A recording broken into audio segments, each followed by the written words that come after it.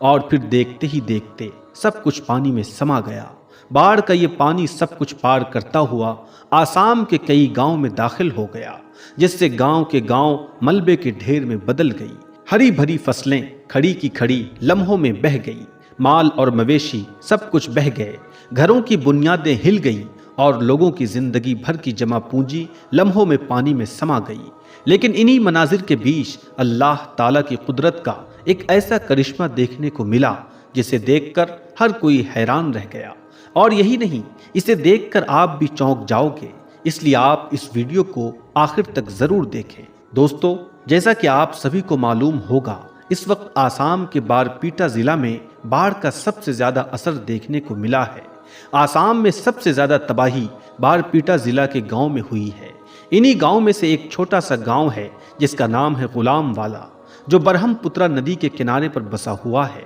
اسی گاؤں میں ایک بہت پرانی مسجد ہے جسے رحمت والی مسجد کے نام سے جانا جاتا ہے، جس میں 5 وقت اذان ہوتی ہیں اور مسلمان نماز پڑھنے آتے ہیں، اور ساتھ ہی اس میں بچے قرآن پاک کی تعلیم بھی لینے آتے ہیں۔ اس مسجد کے امام، جن کا نام مولانا اقبال صاحب ہیں، وہ ایک بہت ہی نیک اور پرہیزگار انسان ہیں۔ اور یہی نہیں، مولانا اقبال صاحب ہمیشہ گاؤں والوں کی مصیبت میں بھی سب سے آگے کھڑے رہتے ہیں۔ لیکن اس وقت آسام میں آنے والی یہ باڑھ بارپیٹا ضلع کے لیے ایک بہت بڑی مصیبت بن کر آئی ہے۔ اس باڑھ کی وجہ سے برہم پترا ندی نے افان مارنا شروع کر دیا تھا، اور پھر دیکھتے ہی دیکھتے باڑھ کا پانی اس گاؤں میں گھس گیا، جس سے اس گاؤں کے کھیت، گھر اور سڑکیں سب کچھ پانی میں ڈوب گیا۔ یعنی کہ باڑھ کا پانی گلیوں، گھروں، کھیتوں اور ہر جگہ میں گھس گیا۔ یہ دیکھ کر گاؤں والے ڈر کے مارے ادھر ادھر بھاگنے لگے،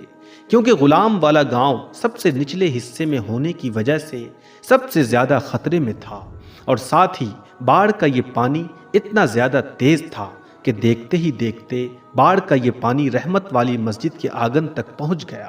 کیونکہ رحمت والی یہ مسجد ندی کے پاس میں تھی، اس وجہ سے باڑھ کا پانی مسجد میں گھسنے لگا تھا، یہاں تک کہ مسجد کا آنگن پوری طرح سے پانی میں ڈوب گیا تھا، اور پھر باڑھ کا پانی مسجد کی چوکٹ تک بھی آ گیا تھا۔ یہ دیکھ کر گاؤں میں رہنے والے سارے مسلمان بہت ہی زیادہ گھبرا گئے، ڈر گئے، کیونکہ آج ان کی پیاری مسجد خطرے میں تھی، اور ساتھ ہی مسجد کے اندر بہت سارے قرآن پاک رکھے ہوئے تھے جو اس وقت خطرے میں آ گئے تھے۔ یہ دیکھ کر پھر امام صاحب نے گاؤں والوں کی ہمت بڑھائی اور کہنے لگے کہ بھائیو، ہمیں ڈرنے کی ضرورت نہیں ہے، مسجد اللہ پاک کا گھر ہے اور اللہ اپنے گھر کی خود ہی حفاظت فرماتا ہے۔ اگر ہم سچے دل سے اللہ کو پکاریں، اللہ سے دعا کریں، تو یقیناً اللہ تعالی ہماری اس مسجد کو اور ہمارے اس گاؤں کو ضرور بچا لے گا۔ اس کے بعد امام صاحب کچھ گاؤں والوں کے ساتھ مسجد کے اندر چلے گئے اور پھر بلند آواز میں قرآن پاک کی تلاوت کرنی شروع کر دی۔ اس وقت ان کی آواز میں اتنی زیادہ طاقت تھی کہ بھیانک بارش کی گڑگڑاہٹ کے بیچ بھی ان کی وہ آواز ویسے ہی گونج رہی تھی۔ ادھر باہر کھڑے لوگوں نے بھی اپنے ہاتھ اللہ کی بارگاہ میں اٹھا دیے اور گڑ گڑا کر اللہ سے دعا کرنے لگے اور کہنے لگے، یا اللہ رحم کر، یا اللہ تو اپنے مسجد اور ہمارے اس گاؤں کو بچا لے۔ دوستو، اب ادھر یہ دعا چل رہی تھی کہ تبھی اللہ تعالیٰ کی قدرت کا ایک بہت بڑا کرشمہ ہو گیا، اور وہ یہ تھا کہ جیسے ہی قرآن پاک کی تلاوت پوری ہوئی، ویسے ہی گاؤں والوں نے دیکھا کہ باڑھ کا پانی مسجد کی چوکھٹ کے قریب آ کر رک گیا ہے۔ یعنی کہ باڑھ کا پانی مسجد کے باہر ہی رک گیا، مسجد کے اندر نہیں گھس پایا، جیسے کہ کسی غیبی دیوار نے اس پانی کو روک لیا ہو۔ اور یہی نہیں، ساتھ ہی پانی کی رفتار بھی دھیمی پڑنے لگی تھی اور برہم پترا ندی کا افان بھی کم ہونے لگا تھا۔ اب گاؤں کے جو لوگ مسجد کے پاس کھڑے تھے وہ زور زور سے چلانے لگے کہ مولانا صاحب، یہ تو اللہ تعالیٰ کا بہت بڑا کرشمہ ہو گیا، رحمت والی مسجد کو اللہ نے بچا لیا ہے۔ دوستو، پھر صبح تک بارش پوری طرح سے رک گئی اور ساتھ ہی برہم پترا ندی کا پانی بھی پیچھے ہٹنے لگا تھا۔ اس طرح اللہ کی قدرت سے مسجد کا آنگن سوکھا ہی رہا، یعنی کہ باڑھ کا پانی مسجد کے اندر نہیں جا پایا، اور اس طرح سے مسجد میں رکھے قرآن پاک پوری طرح سے محفوظ رہے۔ اس کے بعد گاؤں والوں نے مسجد میں اکٹھا ہو کر شکرانے کی نماز ادا کی اور اللہ تعالیٰ کا شکریہ ادا کیا۔ اسی بیچ ایک بزرگ عورت نے روتے ہوئے کہا کہ یہ سب تو مولوی صاحب کی دعا اور قرآن پاک کی برکت کا نتیجہ ہے کہ ہماری یہ مسجد اور ہمارا یہ گاؤں باڑھ کے پانی سے بچ گیا ہے۔ یہ سن کر امام صاحب نے جواب دیا کہ دیکھو، یہ سب اللہ پاک کا کرم ہے اور اللہ کا گھر مسجد کا ایک زندہ معجزہ ہے کہ ہم سب اس سیلابی پانی سے بچ گئے ہیں۔ اس کے ساتھ ہی اس بات کو بھی یاد رکھو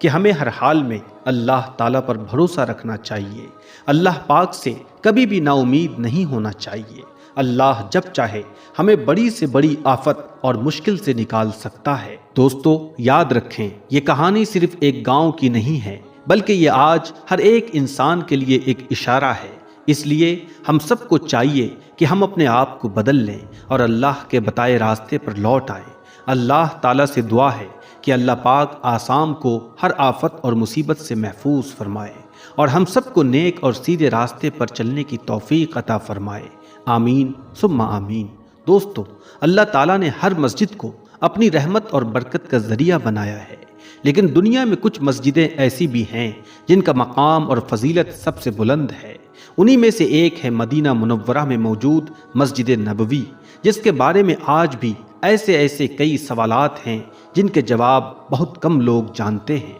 سعودی عرب کے شہر مدینہ میں موجود مسجد نبوی تاریخ اسلام کی تیسری مسجد اور مسجد حرام کے بعد دنیا کی دوسری سب سے بڑی مسجد ہے، اور یہ مسجد اتنی زیادہ خوبصورت ہے کہ جسے دیکھ کر انسان کی سانسیں تھم سی جاتی ہیں۔ مگر کیا آپ جانتے ہیں کہ جب خانہ کعبہ یعنی کہ بیت اللہ شریف 24 گھنٹے کھلا رہتا ہے تو پھر ایسی کیا وجہ ہے کہ جس کی وجہ سے مسجد نبوی کو رات کو بند کر دیا جاتا ہے؟ یعنی کہ مسجد نبوی رات کے وقت میں خالی کیوں کروا دی جاتی ہے؟ آخر رات کے وقت اس مسجد میں ایسا کیا ہوتا ہے جس کی وجہ سے رات کے وقت کسی کو بھی اس مسجد میں آنے کی یا پھر جانے کی یا اس میں رکنے کی اجازت نہیں دی جاتی ہے؟ کیا اس کی وجہ مسجد نبوی کے اندر کسی نورانی یا روحانی مخلوق کی آمد ہونا ہے یا پھر اس کی کوئی اور وجہ ہے؟ اور کیا یہ سلسلہ اب بھی جاری ہے؟ ان تمام سوالوں کے جواب آج ہم آپ کو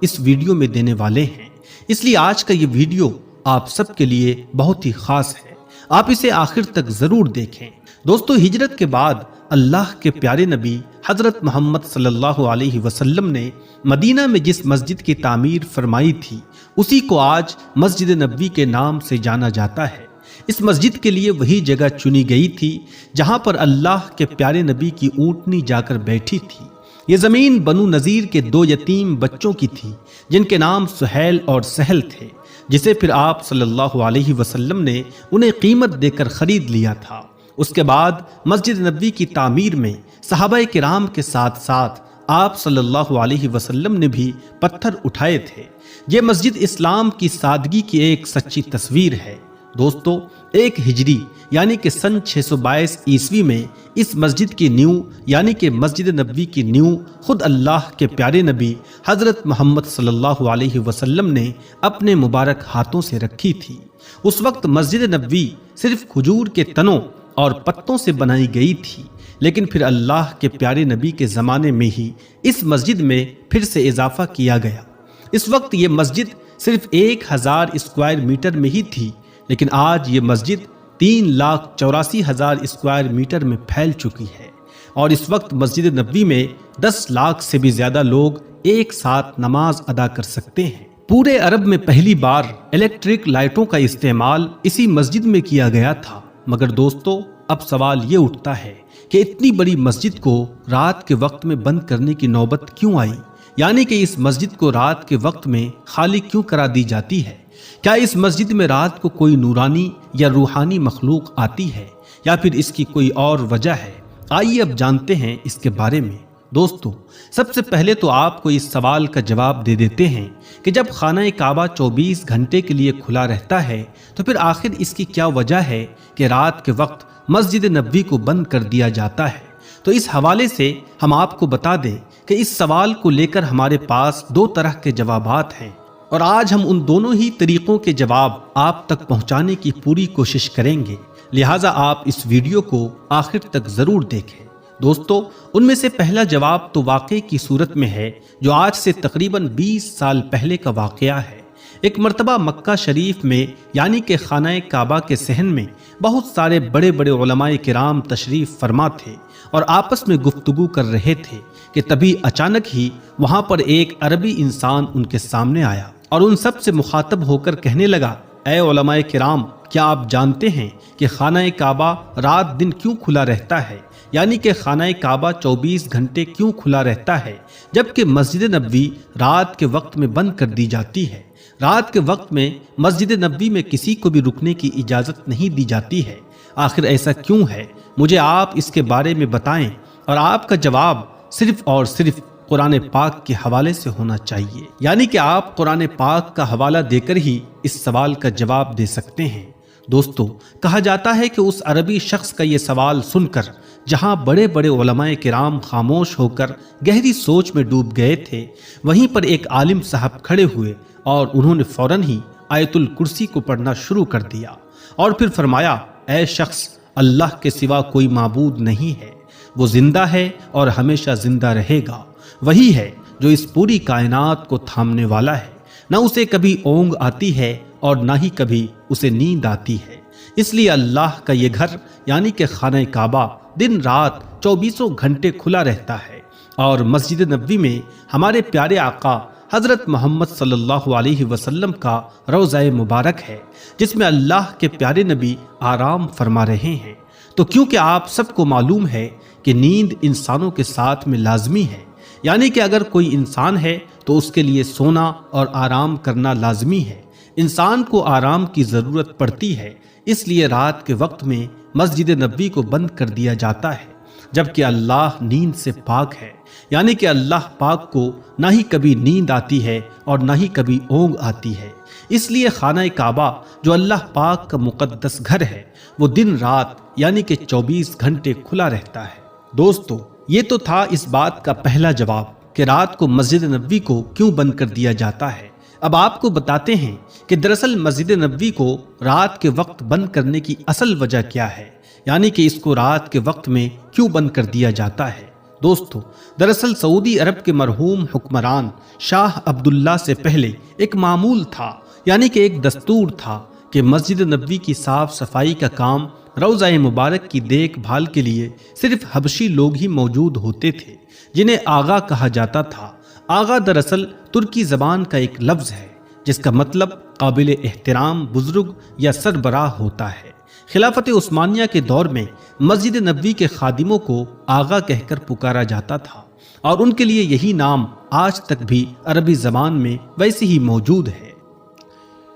مسجد نبوی کی تاریخ ہمیں یہ بتاتی ہے کہ پہلے یہاں پر اصل میں وہ آغا آتے تھے جو رومی لباس میں ایک اونچے چبوترے پر بیٹھے ہوئے ہوتے تھے، جن میں 10-12 حبشی خواجہ سرا ہوا کرتے تھے۔ یہ لوگ مسجد نبوی میں بڑے ہی اختیار کے ساتھ میں چلتے پھرتے نظر آتے تھے۔ اسی چبوترے کے ساتھ میں بنا ہوا ایک کمرہ بھی تھا جو آج بھی وہاں پر موجود ہے، جس کے چھوٹے چھوٹے لکڑی کے دروازے سے جھک کر اندر جانا ہوتا تھا، جو شاید صرف انہی کے استعمال کے لیے خاص تھا، کیونکہ اس کی چابی بھی انہی کے ہیڈ خواجہ سرا کی کمر میں لٹکی ہوئی ہوتی تھی۔ ان کی ذمہ داری مسجد نبوی کی صاف صفائی کی بھی ہوتی تھی، اور اس کے ساتھ ساتھ انہیں اس بات کی بھی سعادت حاصل تھی کہ یہ روضہ مبارک کے اندر جا کر صاف صفائی کیا کرتے تھے۔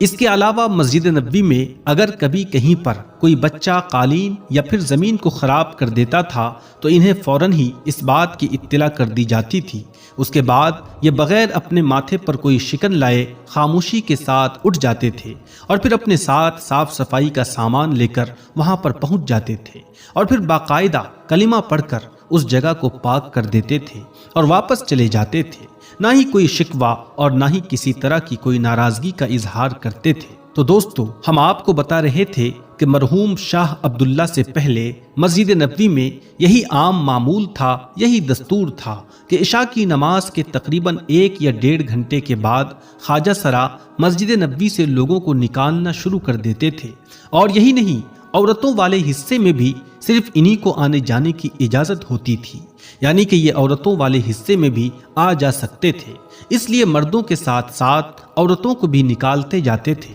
اور ساتھ ہی یہاں پر صاف صفائی کا کام بھی شروع کر دیتے تھے، اور پھر ایک ایک کر کے مسجد نبوی کے تمام دروازے بند کرتے جاتے تھے۔ اور ایسے کرتے کرتے پھر مسجد نبوی کا آخری دروازہ بھی بند کر دیا جاتا تھا اور اس طرح سے مسجد نبوی کو پوری طرح سے خالی کر دیا جاتا تھا، اور پھر اگلی صبح تہجد کی اذان تک مسجد نبوی کے اندر صرف یہی آقا اکیلے ہوتے تھے۔ تو دوستو، اس بات کی اصل وجہ یہی تھی کہ جس وجہ سے آج سے کچھ برس پہلے تک رات کے وقت میں مسجد نبوی کو بند کر دیا جاتا تھا، رات کے وقت مسجد نبوی کو خالی کروا دیا جاتا تھا، اور پھر اس کے اندر رات کے وقت انہی 5 7 یا 10 12 آقا کو رہنے کی اجازت ہوتی تھی، جبکہ کچھ لوگوں کا یہ کہنا ہے کہ مسجد نبوی میں رات کے وقت میں کئی طرح کی نورانی اور کئی طرح کی روحانی مخلوق آتی ہے، اس لیے رات کے وقت میں مسجد نبوی کو خالی کروا دیا جاتا تھا۔ تو ہم آپ کو بتا دیں کہ اس بات میں کوئی بھی سچائی نہیں ہے،